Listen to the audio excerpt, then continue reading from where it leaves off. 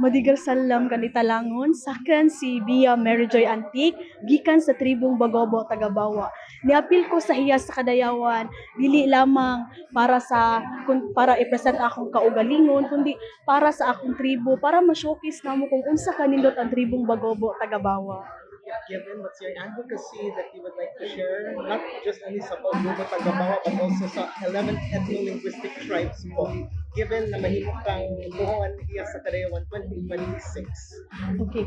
Ang pinakanindot man jud nga platform or advocacy is to strengthen the unity of different tribes here in Davao City, or rather the cultural community, kay pinaagi sa ato ang pag-unite, mas strengthen nato ang atong identity kung unsa man ang ato ang cultural community, and para ma-preserve po nato kung unsa ang mga gibilin sa atong mga katigulangan nga naa gyapon hangtod karon para mapakita nato sa uban na ingani dai kanindot ang ilahang tribo.